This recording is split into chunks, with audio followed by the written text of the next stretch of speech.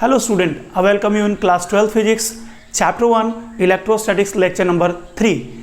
Last lecture में बच्चों मैंने आपको बताया था प्रॉपर्टीज ऑफ चार्ज के बारे में कि चार्ज की क्या क्या प्रॉपर्टीज बेसिक प्रॉपर्टीज क्या क्या होती हैं। ठीक, इस लेक्चर में हम लोग कूलॉम्स लॉ के बारे में पढ़ेंगे।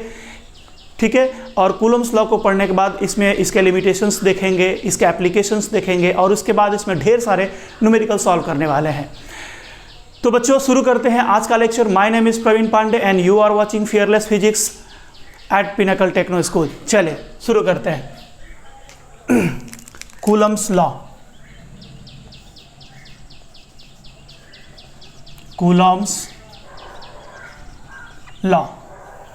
बच्चों लास्ट क्लास में एक चीज हम लोग देख चुके हैं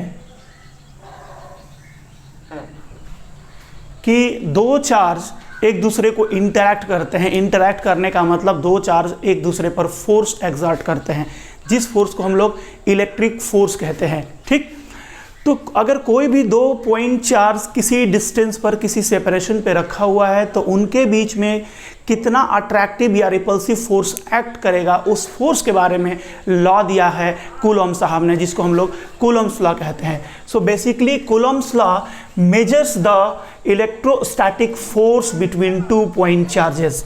ठीक है, सपोज करिए कि हमारे पास ये दो पॉइंट चार्ज हैं, this is a plus Q1 and this is another charge plus Q2।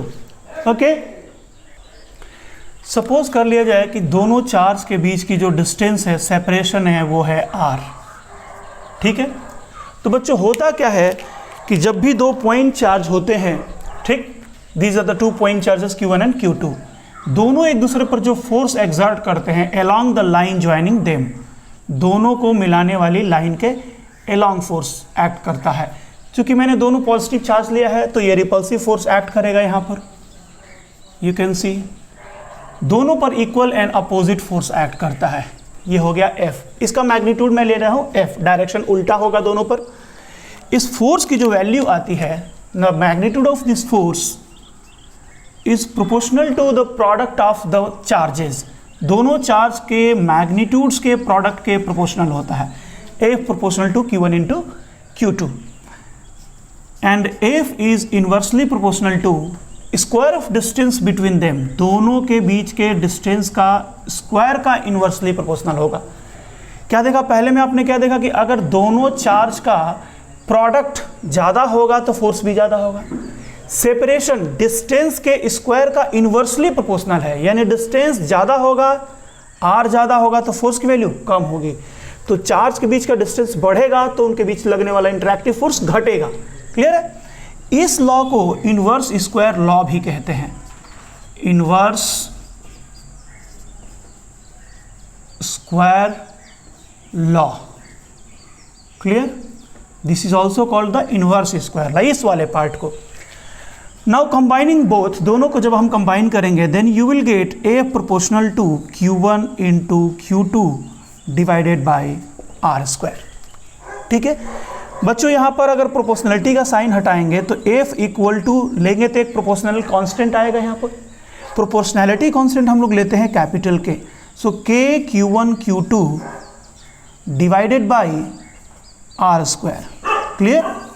Here K is called proportionality constant,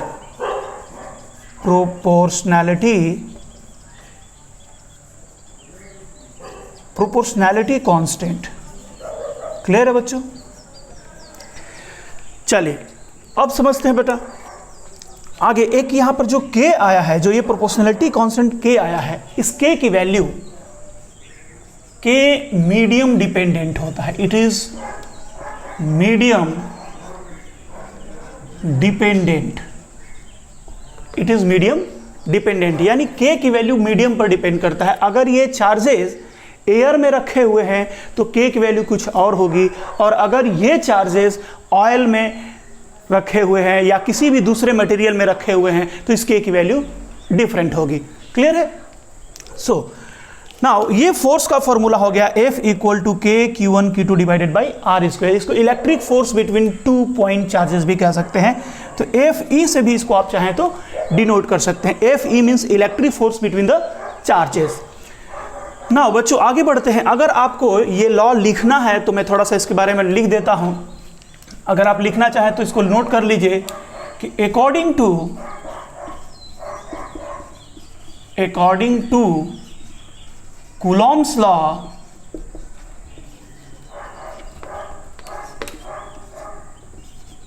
electrostatic force between 2 point charges is proportional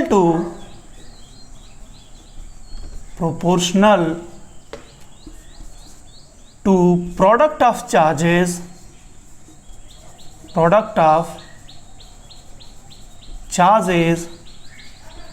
and inversely proportional to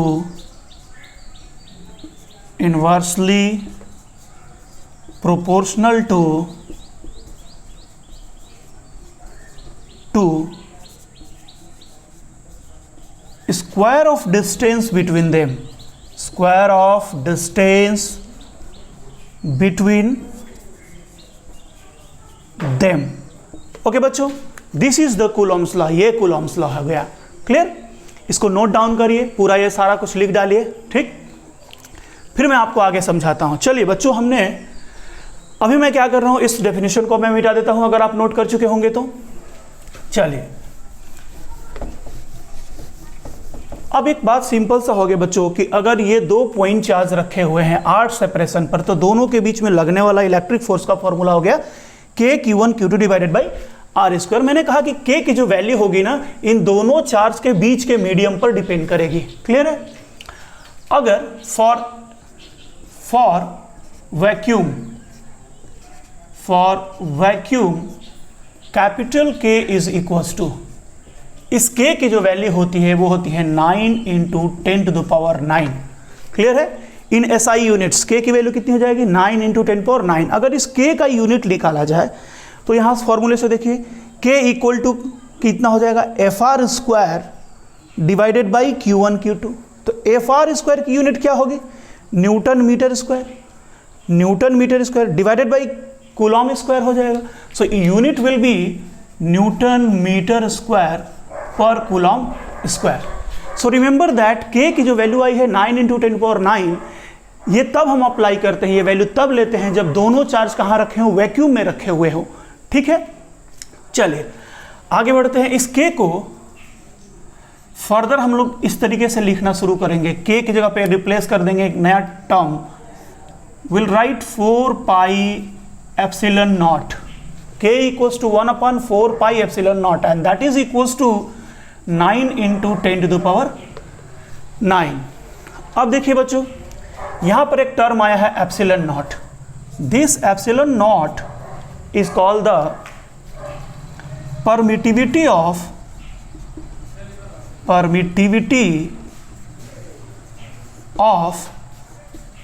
free space। permittivity of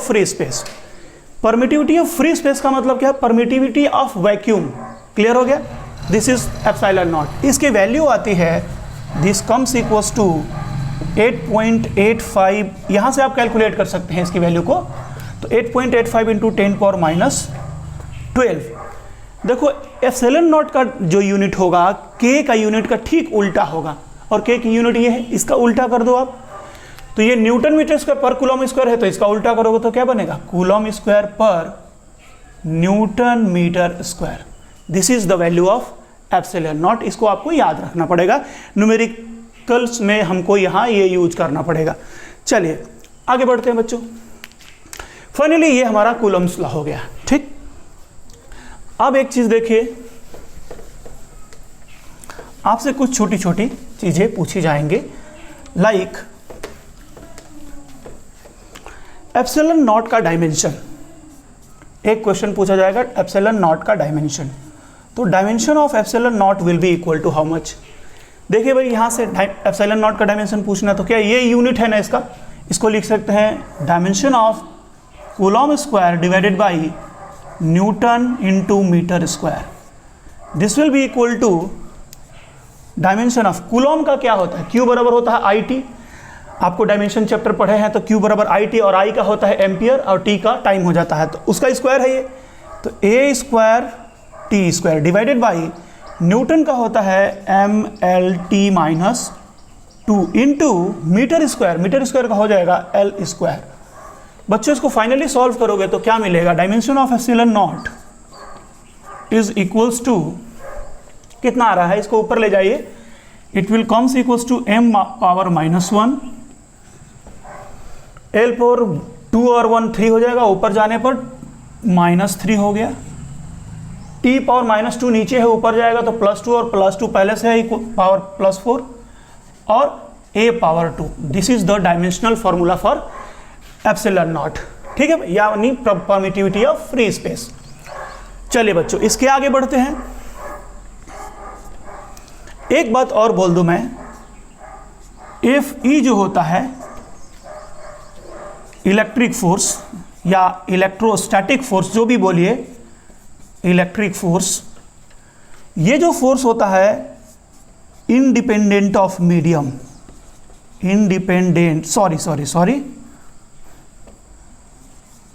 depends upon medium between charges, charge के बीच के medium पर depend कर रहा है। इनके बीच अगर कोई दूसरा मीडियम रख दिया जाए, मीडियम्स बदल दिए जाएं, तो फोर्स, इंटरैक्टिव फोर्स की वैल्यू चेंज हो जाएगी, बदल जाएगी। लेकिन जो ग्रेविटेशनल फोर्स होता है एफ जी की जो वैल्यू होती है ग्रेविटेशनल फोर्स, मैं लिख दे रहा हूं ग्रेविटेशनल फोर्स, ये जो फोर्स होता है इंडिपेंडेंट होता है, independent on the medium between charges,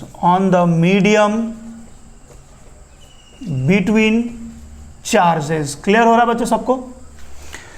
अब सुनिए, ये बेसिकली क्या यहां पर हमने सीखने की कोशिश की, it is the comparison between electric force and gravitational force. Clear हो रहा है? चलिए और आगे बढ़ते हैं। इसमें एक छोटा सा पॉइंट देखा जाए, आपसे पूछा जाता है अक्सर, स्कूल लेवल पर एग्जाम में आता है कि ratio of electric force and gravitational force between two electrons. देखा जाए बच्चों, सपोज करो, यानी हम क्या कर रहे हैं यहां पर, इलेक्ट्रिक फोर्स को कंपेयर कर रहे हैं किसके साथ, ग्रेविटेशनल फोर्स के साथ। तो सपोज करिए we have 2 electrons placed at the separation R, एक दूसरे से R सेपरेशन पे रखे हुए हैं। तो अगर मैं यहां पर FE डिवाइडेड बाई FG की वैल्यू निकालता हूं, तो इलेक्ट्रिक फोर्स का फॉर्मूला लिखिए, इनके बीच में जो इलेक्ट्रिक फोर्स लगेगा वो कितना होगा, K Q1 Q2 divided by R square divided by capital G M1 M2 whole divided by R square यहां से कैंसिल हो जाएगा। So you will get K divided by G multiplied by Q1 into Q2 divided by M1 into M2। दूसरी बात बच्चों, चलिए इसमें यहां पर लिख देता हूं FE divided by FG, that will be equals to, देखो बच्चों यहां पर K बाई G की वैल्यू पुट की जाए, K की वैल्यू होती है 9 इंटू 10 पावर 9, G की वैल्यू हो जाएगी आपकी कितनी, 6.67 इंटू 10 पावर -11, ठीक, मल्टीप्लाइड बाई कितना आएगा, Q1 इंटू Q2। यहां पर दोनों इलेक्ट्रॉन ही है, दोनों का चार्ज सेम होता है तो स्क्वायर हो जाएगा, और दोनों यहाँ मास भी सेम है तो मास का भी स्क्वायर हो जाएगा। तो यहां पर लिख सकते हैं कितना आएगा, 1.6 multiplied by 10 power -19 divided by mass की वैल्यू होती है 9.1 इंटू 10 टू पावर -31, और इसका क्या हो जाएगा, स्क्वायर हो जाएगा। This is square.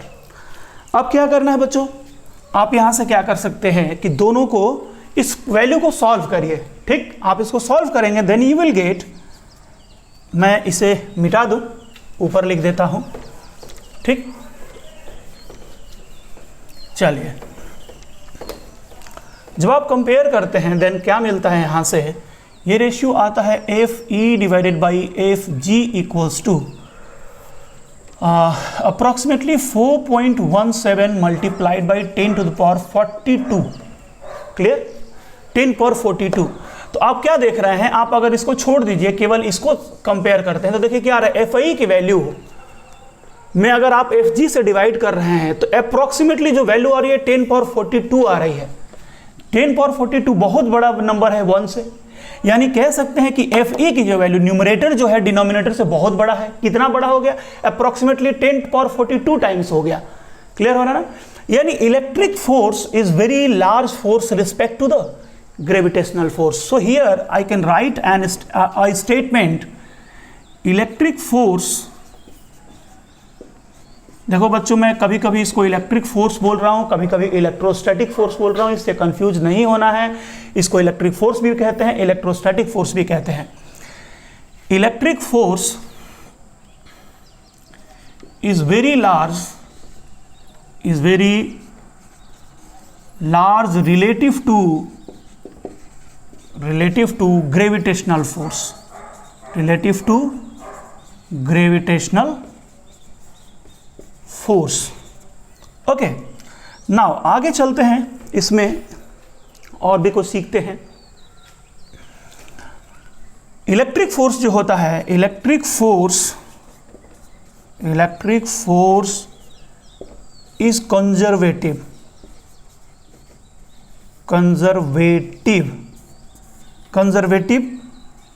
Force in nature. बच्चे क्या बोला मैंने कि electric force is conservative. Conservative force का मतलब क्या, एक ऐसा फोर्स जिसके द्वारा किया जाने वाला वर्क डन पाथ पर डिपेंड नहीं करता है, पाथ इंडिपेंडेंट होता है, that force is called the conservative force. इसके बारे में इन डिटेल अपने क्लास 11th में वर्क पावर एनर्जी चैप्टर में पढ़ा हुआ है, ठीक है। चलिए इसको छोड़ते हैं, हम आगे बढ़ा जाए। तो बच्चों देखिए, एक और भी चीज इसमें छोटा सा पॉइंट मैं लिख देता हूं।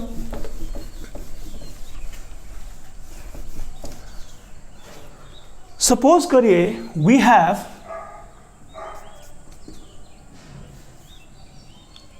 टू चार्जेस, ठीक। ये दो पॉइंट चार्जेस हैं, this is plus and this is minus, और प्लस यू कैन से कुछ भी कह सकते हो, चलो प्लस क्यू ही ले लेता हूं मैं।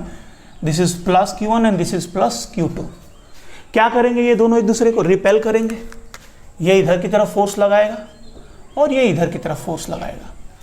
बच्चों ये दोनों फोर्स मैग्नीट्यूड में इक्वल होंगे और डायरेक्शन में अपोजिट होंगे। तो अगर मैं इस पूरे सिस्टम की बात करूं, पूरे सिस्टम, और ये किधर की तरफ एक्ट करेंगे, along the line joining them, आप इसे लिख लीजिएगा। सपोज अगर मैं इस सिस्टम की बात कर रहा हूं, पूरे सिस्टम की, तो इस सिस्टम पर एफ नेट की वैल्यू क्या होगी, F net equals to 0। Class 11th में आपने पढ़ा हुआ है कि अगर किसी भी सिस्टम पर नेट फोर्स जब 0 होगा तो उसका सेंटर ऑफ मास का एक्सेलरेशन भी 0 होगा। क्लियर हो रही है, उस सिस्टम का सेंटर ऑफ मास का एक्सेलरेशन 0 होगा। इसका मतलब क्या हो रहा है कि ACM equals to 0 means velocity of centre of must be equal to constant. Suppose करिए, मैं यहां पर ये एप्लीकेशन सिखा रहा हूं आपको कि सपोज करिए कि ये दो ब्लॉक्स हैं, ठीक, छोटे छोटे पॉइंट मासेस हैं, अलग अलग मास के हैं, चार्ज जो भी हो, इक्वल या डिफरेंट हो। जैसे इनको आप छोड़ देंगे, यहां पर रखेंगे, तो इस वक्त इनकी वेलोसिटी क्या है, सेंटर ऑफ मास की वेलोसिटी क्या है, 0 है। जैसे ही छोड़ेंगे, ये इधर की तरफ वेलोसिटी गेन करेगा, वो उधर की तरफ वेलोसिटी गेन करेगा, लेकिन सेंटर ऑफ मास की वेलोसिटी पर कोई फर्क नहीं पड़ेगा। जो पहले था, इंटरेक्शन से पहले था, वही इंटरेक्शन के बाद होगा। यानी ये V1 से जाएगा, वो V2 से जाएगा, बट सेंटर ऑफ मास की वेलोसिटी अभी भी वही रहेगी जो पहले थी, और पहले क्या थी, 0 थी। तो centre of mass will still at rest, अभी भी सेंटर ऑफ मास रेस्ट में रहेगा। तो आपको यहाँ से क्वेश्चंस बनाए जाते हैं कि अगर कुछ देर बाद इसकी स्पीड 4 मीटर पर सेकेंड हो गई तो उसकी स्पीड कितनी हो जाएगी। तो VCM का फॉर्मूला अप्लाई करके वहाँ से उसको इक्वल टू 0 दिखा करके हम निकाल सकते हैं, क्योंकि VCM 0 रख करके, क्योंकि पहले से वो ऑलरेडी रेस्ट में था। क्लियर हो रहा है?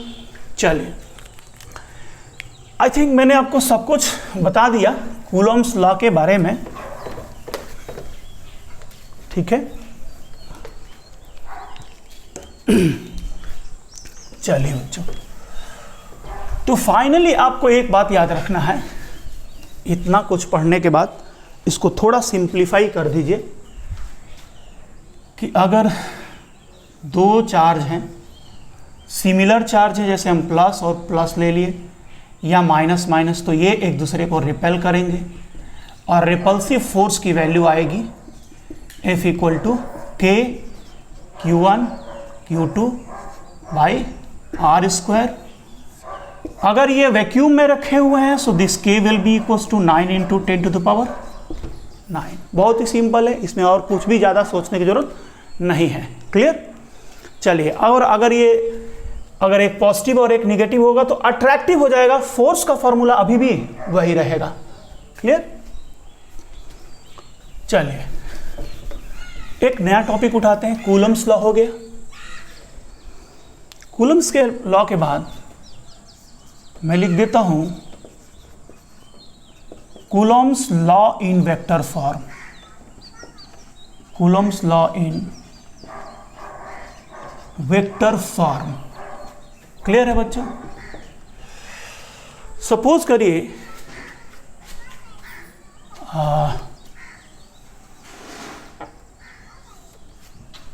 this is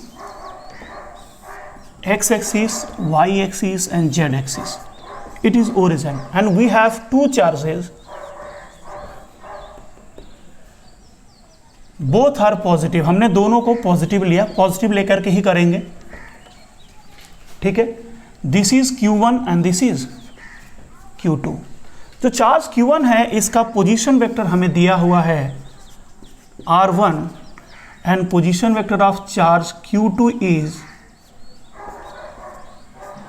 R2। Clear?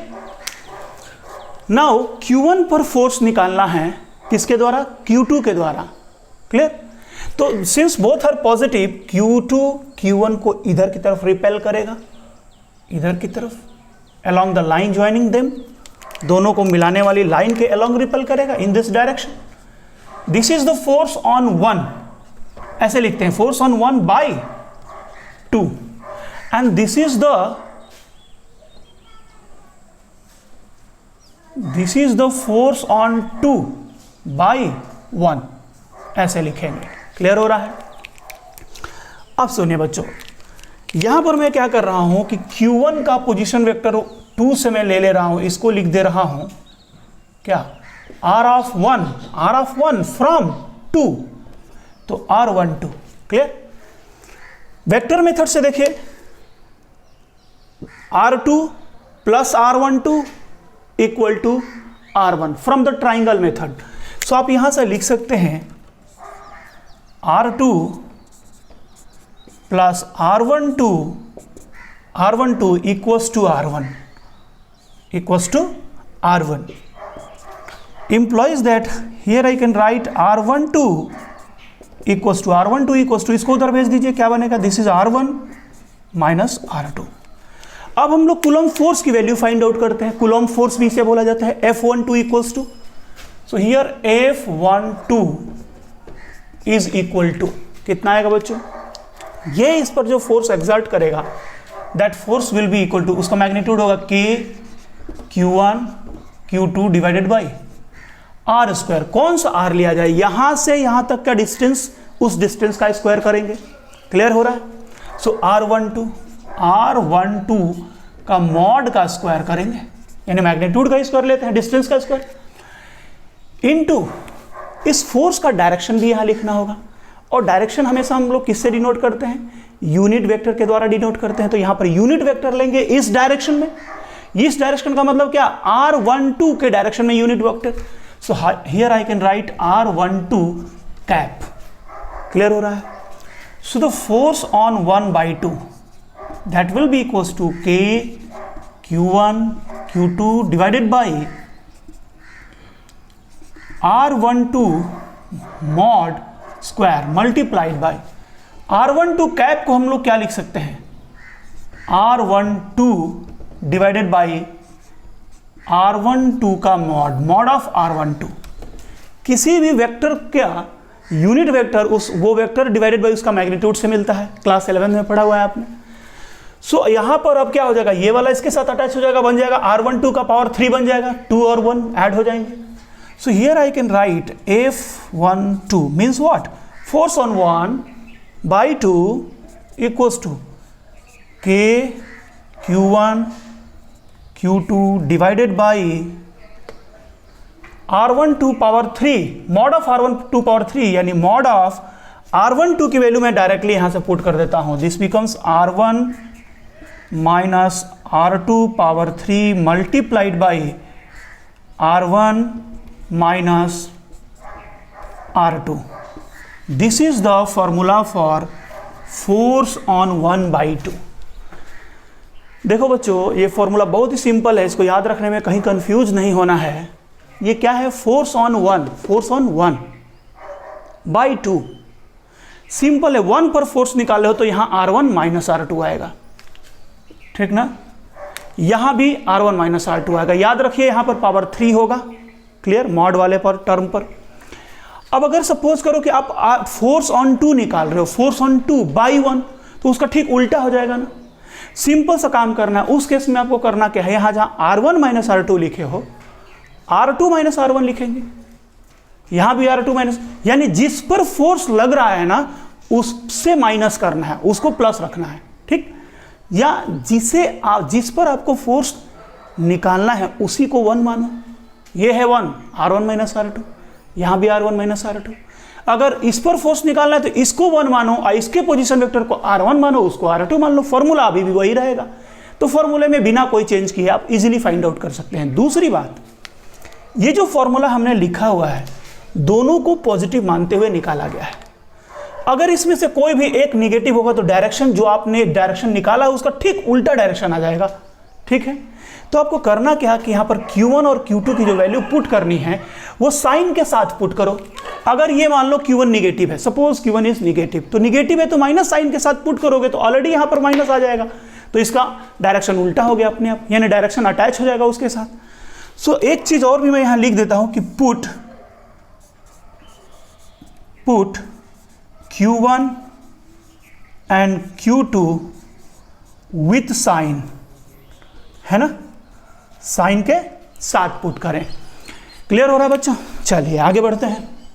This is the Coulomb's law in vector form, ठीक है, बहुत ही सिंपल है, अप्लाई करिए इसको। नाउ बच्चों आगे बढ़ते हैं थोड़ा सा। अभी हम लोगों ने कूलम्स लॉ यानी कूलॉम फोर्स के बारे में पढ़ा, जो कि जब चार्जेस कहाँ पर प्लेस्ड हो, वैक्यूम में प्लेस्ड हो तब। अगर चार्जेस को किसी मीडियम में ले जा करके, यानी सपोज करो कि चार्जेस को किसी लिक्विड में सबमर्ज कर दिया जाए तो उनके बीच फोर्स का फॉर्मूला क्या होगा, अब ये हम लोग देखेंगे। यानी Coulomb force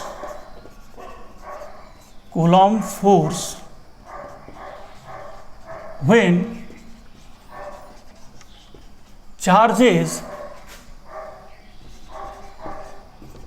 are submerged in a medium, are submerged in a medium। जब कोई मीडियम आएगा तो मीडियम के आने से क्या फर्क पड़ता है ये अभी हम लोग को देखना पड़ेगा। चलिए, let us suppose this is a charge plus Q1 and here's is the charge plus Q2। Clear? Suppose इनके बीच का जो सेपरेशन है दैट इज द R, जो भी हो सेपरेशन जो भी हो। अब सपोज करिए कि Q2 Q1 को रिपेल कर रहा है इन दिस डायरेक्शन, ये फोर्स की वैल्यू है F, ये फोर्स है F। या इसको लिख सकते हैं फोर्स इन एयर। अब क्या किया मैंने, यहां भी फोर्स इन एयर लग रहा होगा, F इन एयर, क्लियर। अभी मैंने यहां पे कोई मीडियम ले आके रख दिया, और जो मीडियम आप रख रहे हैं, एक चीज का ख्याल रखेंगे हम लोग, थोड़ा सा पतला बना रहा हूं ताकि आपको दूर से समझ में आए, बहुत पास नहीं करेंगे चार्ज के।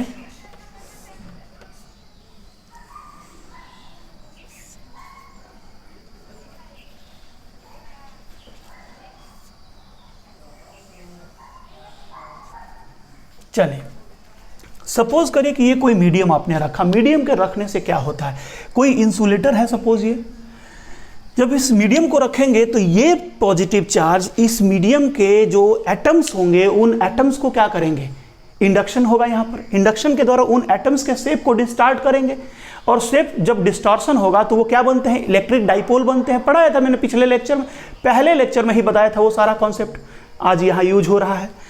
तो क्या करेंगे कि ये उन्हें और उन्हें पोलराइज्ड भी करेंगे। तो सपोज मैं अगर कोई एक एटम यहाँ ले रहा हूँ, बच्चों थोड़ा सा मुझे फिगर मिटाना पड़ेगा ताकि आपको समझाने के लिए थोड़ा सा मुझे दूर करना पड़ेगा चार्ज को। यहाँ हो गया आपका Q1 और यहाँ हो गया सपोज Q2, दोनों पर फोर्स लग रहा है F in air, F in air. मैंने यहाँ पर एक मीडियम रख दिया, सिमेट्रिक मीडियम रख रहे हैं। सिमेट्रिक मीडियम रखने का मतलब क्या हो रहा है कि दोनों साइड यानी Q1 और Q2 को मिलाने वाली लाइन के ऊपर और लाइन के नीचे बराबर है मीडियम, एक्सटेंडेड मीडियम है ये पूरा, चारों तरफ है, ठीक।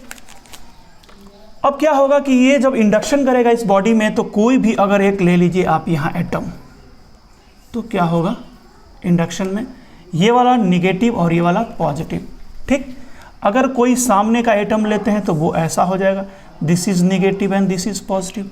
ऐसे ही कोई इधर का एटम ले रहे हैं तो this is negative, this is, ये क्या कहलाता है, पोलराइजेशन ऑफ चार्ज। बताया था मैंने पिछले लेक्चर में, पोलराइजेशन ऑफ चार्ज क्या हो रहा होगा बच्चों, सेम सिमिलर प्रोसेस इधर वाले में भी हो रहा होगा, ठीक। इधर भी देख लीजिए, इसके साथ भी ऐसा हो रहा होगा, ये भी पोलराइज करेगा, ये निगेटिव इधर पॉजिटिव। अगर सामने का एक एटम लेता है, this is negative this is positive, यहां भी हो रहा है।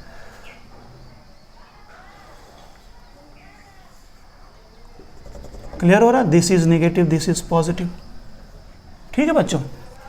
अब समझने की यहां पे कोशिश करिएगा कि ये निगेटिव इसको अट्रैक्ट करेगा और पॉजिटिव रिपेल करेगा, लेकिन ओवरऑल अट्रैक्ट करेगा। मैंने बताया था, ठीक, कि ये पॉजिटिव चार्ज है और ये न्यूट्रल है, तो ये न्यूट्रल को अट्रैक्ट करेगा अपनी ओर और ये इसको अट्रैक्ट करेगा अपनी ओर, according to Newton's third law. तो इस पर एक फोर्स लग रहा है इधर, ये भी वैसे ही एक अंदर की तरफ लगाएगा, ये भी अपने अंदर की तरफ लगाएगा। क्लियर। तो अगर हम Q1 के ऊपर फोर्स की वैल्यू चेक करें, Q1 के ऊपर, तो देखो Q1 के ऊपर पहले से एक फोर्स लग रहा था F एयर, कौन लगा रहा था, दूसरा वाला चार्ज, ठीक, जब तक ये मीडियम नहीं था। अब इस मीडियम के आने के कारण इस मीडियम के द्वारा इस पर ये फोर्सेस लग रहे हैं जो मैंने रेड कलर से डिनोट किए हैं। और आप ध्यान से देख सकते हैं क्योंकि सिमेट्रिकल है तो इन तीनों फोर्स का रिजल्टेंट किधर आएगा, डायरेक्टली इस लाइन के अलोंग आएगा, इनवर्ड डायरेक्शन में, ठीक। जितना ऊपर है उतना ही नीचे है, एकदम इधर की तरफ आएगा। यानी हम कह सकते हैं कि ये जो फोर्स है, ध्यान से समझना, ये जो फोर्स है, this is the force exerted by the medium in this direction. Clear.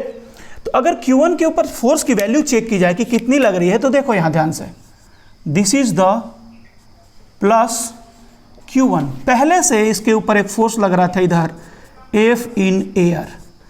अब अंदर की तरफ एक फोर्स लगने लगा, किधर, अंदर की तरफ फोर्स लगने लगा इधर की तरफ, कौन लगा रही है, FM। FM मीन्स मीडियम के द्वारा, ये फोर्स मीडियम के द्वारा लग रहा है। तो बाहर में एक फोर्स लग रहा था F एयर, अंदर में एक लगने लगा F मीडियम, तो नेट फोर्स किधर की तरफ लगेगा, अब नेट फोर्स अंदर की तरफ, बाहर की तरफ एक लगेगा। सपोज करो ये बड़ा है, सो अब इस चार्ज पर एक नेट फोर्स आउटवर्ड डायरेक्शन में जो लगेगा कितना होगा, वो F air minus F medium. यानी क्या हो गया कि इस चार्ज Q1 पर मीडियम के आने के कारण नेट फोर्स की वैल्यू कम हो गई। ठीक है, ओके, यानी एक बात क्लियर हो रहा है क्या?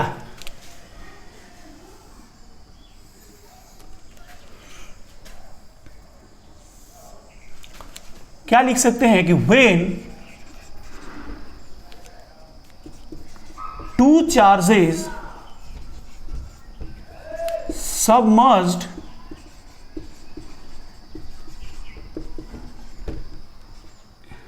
in a medium,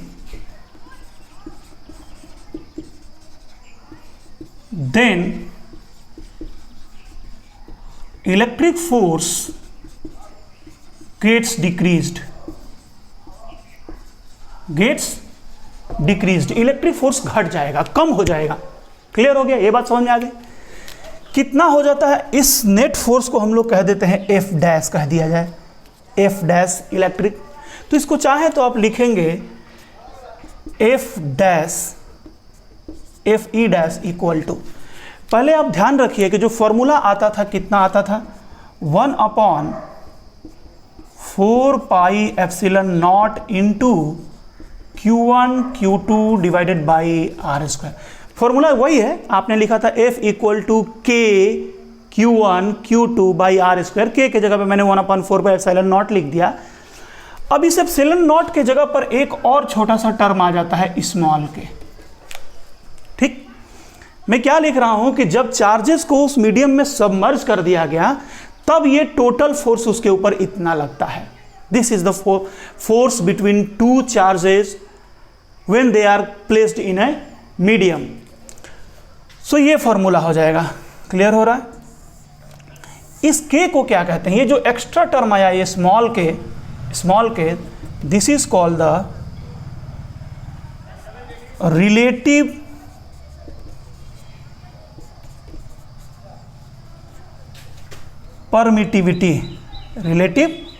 परमिटिविटी और die electric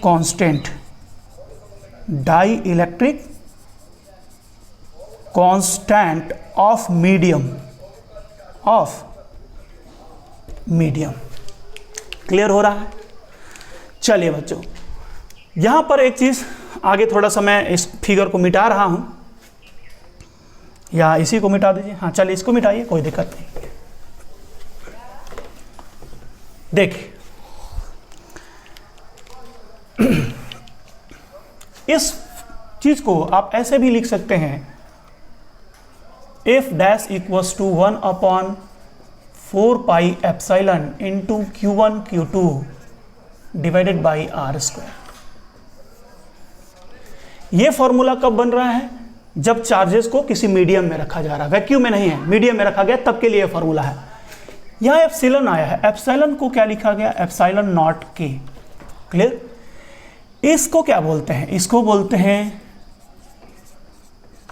permittivity of medium. Permittivity of medium, इसको क्या बोलते हैं? परमिटिविटी ऑफ क्या? Free space. और इस के को क्या बोलते हैं आप? Dielectric constant. अभी लिखा था मैंने, डाइलेक्ट्रिक कांस्टेंट कहिए या फिर रिलेटिव परमिटिविटी कहिए इसको। ठीक है, एक और भी चीज बता दो बच्चों मैं क्या कि इस एप्सिलॉन को ऐसे भी लिखा जाता है, एप्सिलॉन नॉट इंटू के को लिखते हैं कुछ लोग एप्सिलॉन आर, इस तरीके से भी लिखते हैं। तो कंफ्यूज नहीं होना है, किसी बुक में अगर एप्सिलॉन आर लिखा है तो एप्सिलॉन आर इज द के। ठीक है, अच्छा, epsilon divided by epsilon naught, epsilon divided by epsilon naught equal to हो जाएगा एप्सिलॉन आर। और एप्सिलॉन आर का कोई डायमेंशन नहीं होगा, कोई यूनिट नहीं होगी, सेम हो गया। ये हो गया, देख लीजिए यहाँ से, एप्सिलॉन आर बराबर हो गया एप्सिलॉन बाई एप्सिलॉन नॉट। तो ये क्या है? परमिटिविटी ऑफ मीडियम, और ये क्या है? Permittivity of vacuum.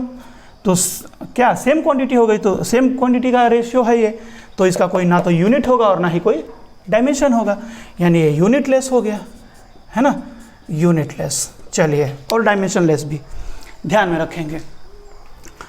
अब एक बात ध्यान दिया जाए बच्चों, सब कुछ मैं मिटा रहा हूं, अगर आप इसको नोट कर लीजिए, पहले नोट करके समझ लीजिए। चलिए, एक इंपॉर्टेंट बात यहां मुझे बताना है आप सबको। सपोज करिए जब ये दो चार्ज आर डिस्टेंस पे एयर में रखे हुए थे, ठीक है, तो इनके बीच जो फोर्स एक्ट कर रहा था वो था एफ एयर, एफ एयर, है ना। इस एफ एयर की वैल्यू कितनी आई थी? 1/4 pi epsilon naught Q1 Q2 by R square, ठीक। जब इन्हें ले जाकर के मीडियम में सबमर्ज कर दिया गया, पूरी तरीके से चारों तरफ मीडियम हो जाए, उस केस में एफ ई कितना हो जाएगा? एफ ई डैश कह रहा हूं मैं, एफ ई डैश वो कितना हो जाएगा? 1/4 pi epsilon naught small K into Q1 Q2 divided by R square, ठीक। तो एफ ई डैश की जो वैल्यू आएगी, देखिए अब इसको थोड़ा सा एक साथ लीजिए, तो ये वाला टर्म, ये वाला टर्म को एक साथ लीजिए। ये वाला टर्म है कौन? एफ इन एयर है, 1/4 pi epsilon naught into Q1 Q2 by R. तो आप यहां से F E dash equal to लिख सकते हैं F air divided by small K, ये हो गया। यानी मीडियम में सबमर्ज करने पर फोर्स की जो वैल्यू है, एफ एयर वाली फोर्स का 1/k टाइम्स हो जा रहा है, और k की जो वैल्यू आती है, k इज ग्रेटर और इक्वल टू 1। k का वैल्यू जो होता है 1 या 1 से बड़ा होता है। जब 1 से बड़ा होगा तो ये पूरी वैल्यू क्या करेगी? डिक्रीज कर जाएगी। क्लियर है ना? यानी F E dash is less than F in air. Clear हो रहा है? ओके। दूसरी एक बात, यहीं से मैं एक चीज लिख देता हूं कि इस k की वैल्यू फॉर एयर हम लोग अप्रोक्सीमेटली लेते हैं 1, ठीक। हालांकि एग्जैक्टली 1 नहीं होता है, 1 से थोड़ा सा ज़्यादा होता है, बट हम लोग न्यूमेरिकल के लिए 1 लेते हैं इसको। दिस स्मॉल के, रिमेंबर ये स्मॉल के और वो कैपिटल के अलग अलग चीज़ें हैं। दिस स्मॉल के फॉर वाटर हम लोग लेते हैं 81, ठीक। और दिस के फॉर मेटल यानी कंडक्टर के लिए हम लोग बहुत ज़्यादा को मैं यहाँ इनफाइनाइट लिख रहा हूँ, लेकिन इससे कंफ्यूज नहीं होना है। बहुत ज़्यादा मतलब बहुत बड़ी वैल्यू। क्लियर है? के मेटल इज़ वेरी लार्ज। चलिए, इतना कुछ समझ में आ गया आपको। बेसिकली इस टॉपिक में मुझे ये दिखाना था कि जब किसी चार्ज को किसी मीडियम में रखते हैं तो इलेक्ट्रिक फोर्स की वैल्यू कम हो जाती है, और उस कम होने का कारण क्या है। क्लियर है? समझ में आ गया? क्योंकि अब मीडियम भी एक फोर्स लगाता है, और वो फोर्स पहले वाले फोर्स के अपोजिट डायरेक्शन में है, जिससे कि वैल्यू कम हो जा रही है। अब यहां पर एक चीज और भी आपसे पूछा जा सकता है, force exerted by the medium, force exerted by the medium. क्योंकि आपने देखा बच्चों यहां पर कि मीडियम भी अब यहां पर एक फोर्स लगाने लगा। उस मीडियम के द्वारा लगने वाला फोर्स कितना होगा? आपने क्या देखा था कि जब यहां मीडियम अपन अप्लाई कर देते हैं तो एक एफ एयर लग रहा था, एक अंदर में एफ मीडियम लगने लगा। नेट फोर्स इधर की तरफ जो लग रहा था उसको आपने कहा एफ ई डैश, ठीक। तो क्या आया था? F E dash is equals to F in air minus force by the medium. Clear है? तो इसको लेफ्ट में ले जाइए, इसको राइट में ले जाइए। तो force by the medium equal to F in air minus F E dash. Force applied by the medium, it will be equal to force in air minus F in air by K, dielectric constant। F in air को common कर लो, force applied by the medium equal to F in air into 1 minus 1/k। ये result भी आप बच्चों याद रखेंगे, कई बहुत सारे कंपटीशन में आपको इसका हेल्प मिलेगा। तो force applied by the medium, यानी मीडियम ने इतना फोर्स अप्लाई कर दिया। एक बात और बच्चों में मुझे याद आ गया, मैं इस बात को बता दूं, क्या कि जब आपने यहां मीडियम अप्लाई किया, जब यहां दोनों चार्ज के बीच में जब मीडियम आपने रख दिया, तो मीडियम रखने से इस चार्ज के द्वारा इस पर लगने वाले फोर्स में कोई फर्क नहीं पड़ेगा। एक एक्स्ट्रा फोर्स इनवर्ड डायरेक्शन में मीडियम के द्वारा लग गया। क्लियर है? यानी आप यहां से कह सकते हैं when two charges are submerged in a medium, then force exerted by one charge on another does not changes, but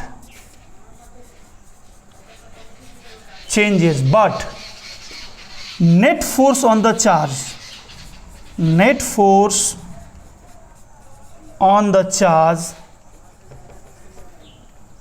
is changed। Clear है ना? नेट फोर्स चेंज हो जाता है, बट एक चार्ज के द्वारा फोर्स दूसरे वाले पर चेंज नहीं होता है। ये बात आपको याद रखनी है। क्लियर हो रहा है? सबको समझ में आ रहा है? ये बहुत ही इंपॉर्टेंट पॉइंट है, ये ध्यान में रखिएगा आप इसको। क्लियर है?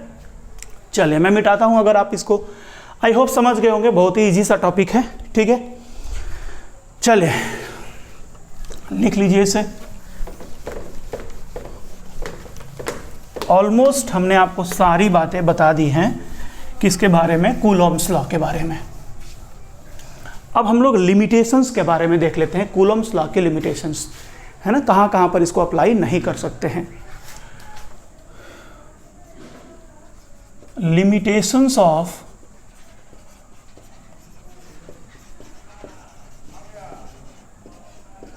Coulomb's law, limitations of Coulomb's law. पहली बात, एप्लीकेबल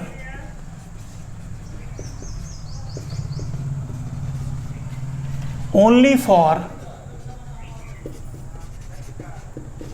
स्टैटिक चार्जेस। क्या कह रहा हूं कि ये केवल एप्लीकेबल किसके लिए होता है? स्टैटिक चार्जेस के लिए, यानी चार्जेस एट रेस्ट। जब दोनों चार्ज रेस्ट में हो उस वक्त हम ये फॉर्मूला अप्लाई कर सकते हैं, F = k/q1q2 divided by r²। कारण क्यों? कि अगर चार्ज मोशन में आ जाता है तो क्या होगा? Motion of charge will rise to magnetic field,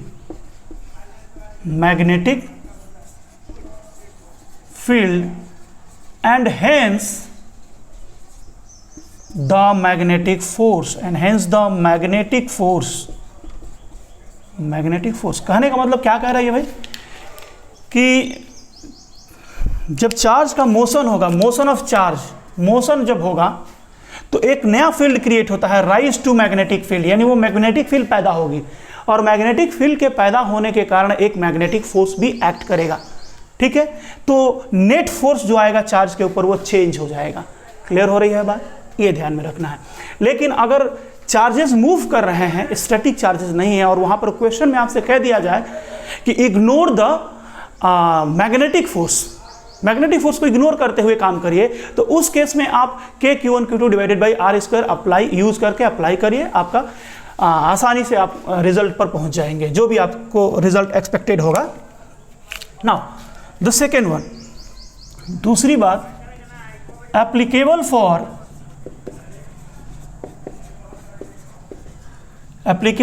point charge, ये केवल पॉइंट चार्ज के लिए एप्लीकेबल होता है, एक्सटेंडेड चार्ज के लिए एप्लीकेबल नहीं होता है। पॉइंट चार्ज का मतलब क्या? बहुत छोटा।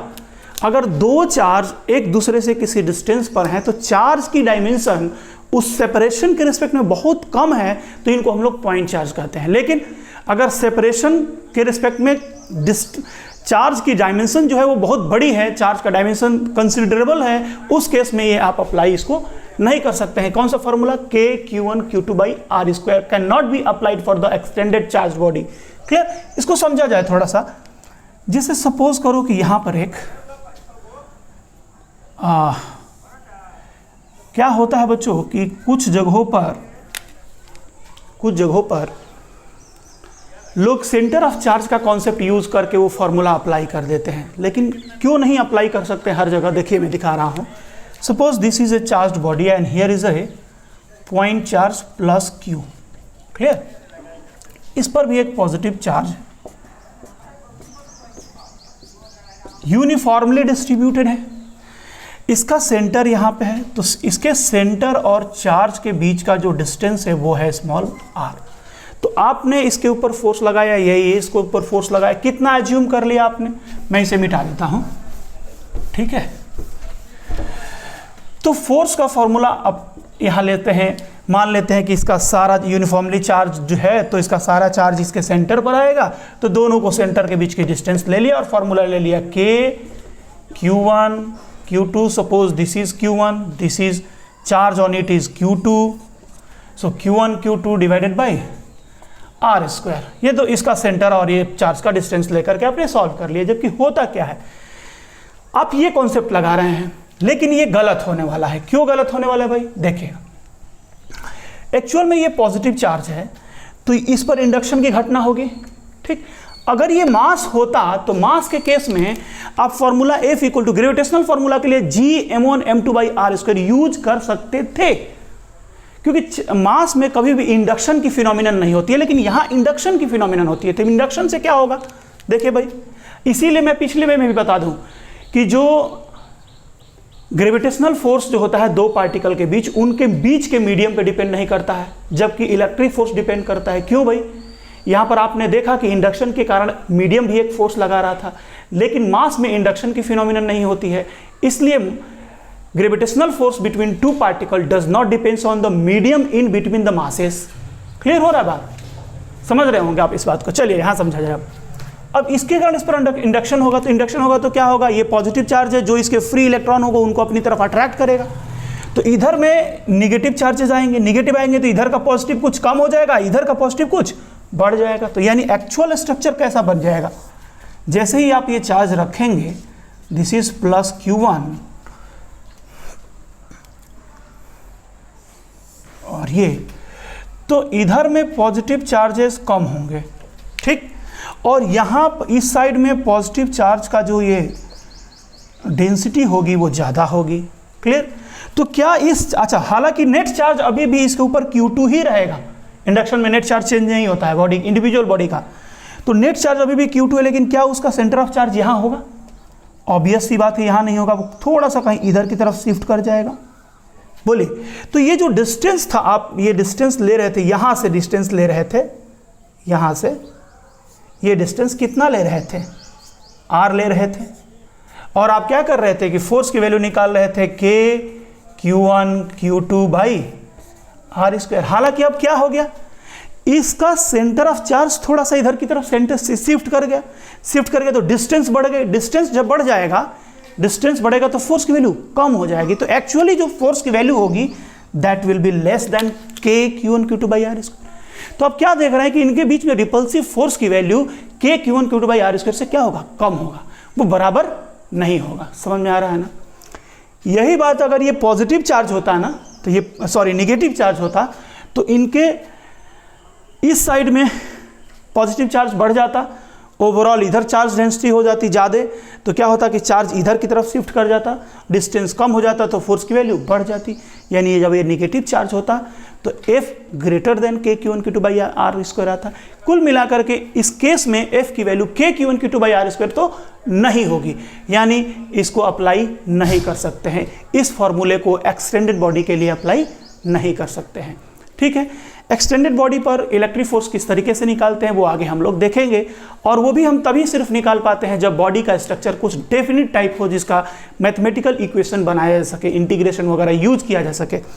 चलिए बच्चों आगे बढ़ते हैं। अब हम इसमें हमने आपको बता दिया limitation of limitation of Coulomb's law.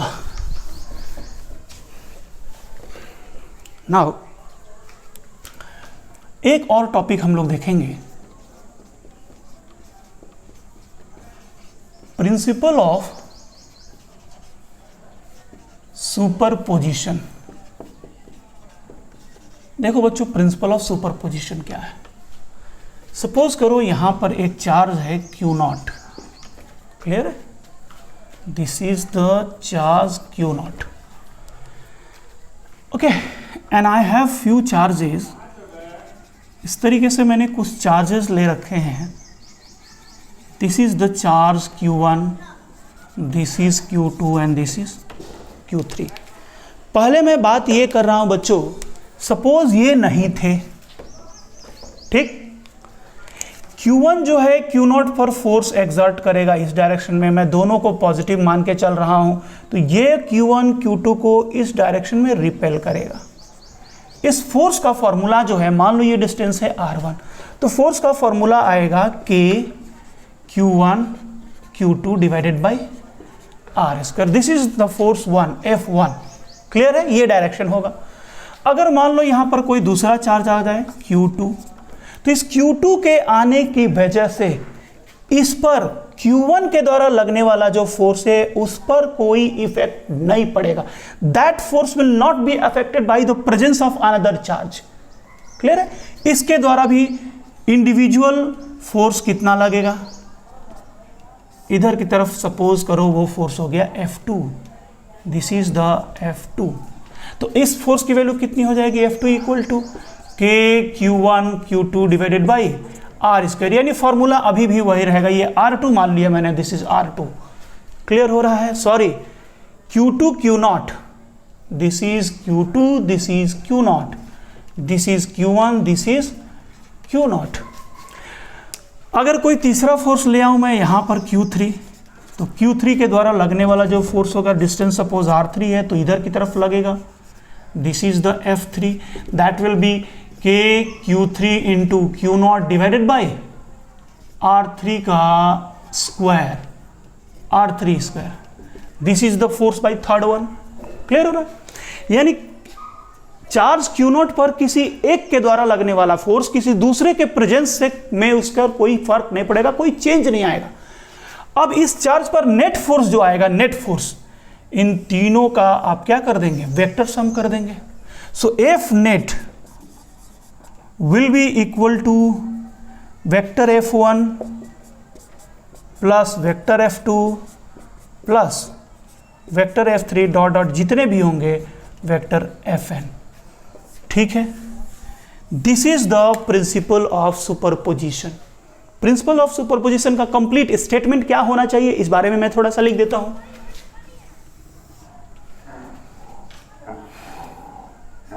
क्या होगा,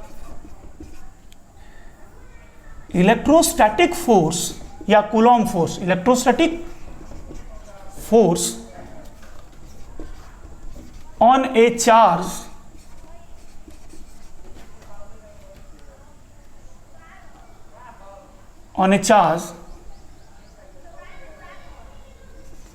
by one charge on a given charge by one charge does not depends upon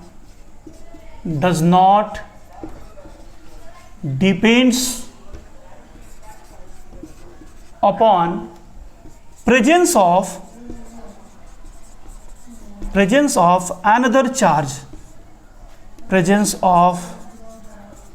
another charge, and net force is equal to the vector sum of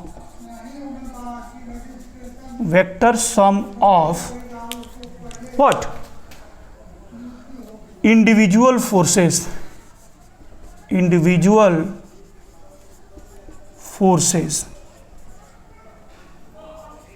by each, individual forces के vector sum के बराबर होगा। This is the principle of superposition. बच्चों ये जो तीन force आए हैं, 3 या 4 जितने भी होंगे, ये जो फोर्सेस होंगे, इनको रिजल्ट फाइंड आउट करने के लिए आपके पास 2 तरीका है। या तो उसको वेक्टर के मेथड में टर्म में लिखो, आई और जे कैप और के कैप के टर्म में, या फिर एक्स कंपोनेंट और y कंपोनेंट में ब्रेक करके सारे x कंपोनेंट एक साथ ले लो, सारे y कंपोनेंट एक तरफ ले लो, जिससे हमको केवल 2 वेक्टर मिलेंगे। और 2 वेक्टर को सॉल्व करने के लिए, 2 परपेंडिकुलर वेक्टर को सॉल्व करने के लिए आप जानते हैं net force equal to √f1 square plus f2 square. अगर 2 नेट परपेंडिकुलर फोर्स f1 और f2 हैं तो चलो बच्चों, आज का ये चैप्टर मैं यहीं पर कंप्लीट करता हूँ। ये मैंने कूलम्ब्स लॉ के बारे में ऑलमोस्ट सब कुछ बता दिया है। आप इसको एक बार बढ़िया से प्रिपेयर करिए, अच्छे से नोट्स बना करके इसको पूरा रिवाइज कर डालिए, लर्न कर लीजिए, एक एक बात को समझ जाइए। कुछ नहीं आता है तो कमेंट बॉक्स में आप उसको एक बार पूछ लीजिए, ताकि अगले लेक्चर में जो हम पढ़ेंगे तो अगले लेक्चर में आपको हम इससे रिलेटेड क्वेश्चंस कराएंगे, ठीक है। और ढेर सारे क्वेश्चंस हम लोग इसमें करने वाले हैं। कोई ऐसी बात तो कि इसमें जो छूट रहा हो, नहीं, इसमें तो कुछ छूट नहीं रहा है। तो चलिए अगले लेक्चर में हम लोग ढेर सारे क्वेश्चंस लेके आने वाले हैं, और क्वेश्चंस तभी सॉल्व होंगे जब आप इसके एक एक कॉन्सेप्ट्स को याद रखेंगे, एक एक फॉर्मूले को याद रखेंगे, ठीक है। चलिए बच्चों, तो मिलते हैं अगले क्लास में बहुत सारे क्वेश्चन करने के लिए। टिल देन आप इसको रिवाइज करिए, हंसते रहिए, खेलते रहिए, पढ़ते रहिए। All the best.